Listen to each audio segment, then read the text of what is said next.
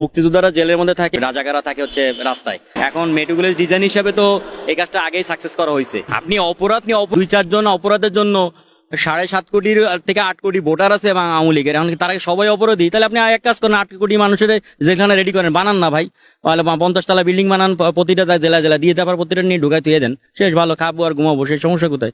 আওয়ামী লীগের ছাড়া নির্বাচন করতে পারবে ওরা, আপনার মনে হয়? আমি তো মানে পাপেট সরকার বলি, puppet government for this America and Joe Biden, that's enough. Majority percent হচ্ছে আওয়ামী লীগের সাপোর্টার, যে আওয়ামী লীগ আবার সরকারও গ্রহণ করবে, এটাই বাস্তবিকতা। রাস্তা যদি হাঁটতে হয় শেখ হাসিনার কথা স্মরণ করা লাগবে। এই টাকাটার মধ্যে বঙ্গবন্ধুর ছবি আছে। আপনার এত যদি ভালো পারেন, তাই বঙ্গবন্ধুর ছবিটার টাকাগুলো বাংলাদেশে যা আছে, কত এখন $25 বিলিয়ন আছে, এই টাকাগুলো পোড়াই দেন না ভাই, সব টাকা পোড়াই দেন একবারে, এক ঘরে যার যার আছে সব দিয়ে ধরে ধরে নিয়ে পোড়াই দেন, টাকা পাওয়া গেলে মাইর খাবি, এই কথা বলেন না, কারো সাহস আছে নাকি?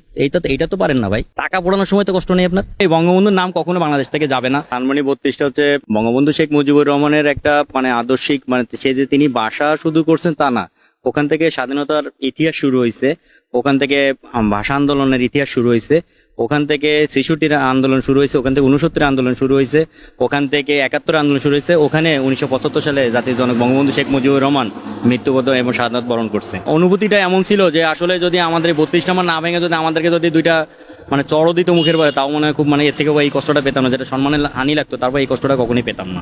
আইয়ুব খান ভাঙতে পারেনি, জুলফিকার আলী ভুট্টো ভাঙেনি, ইয়াহিয়া খানও ভাঙেনি,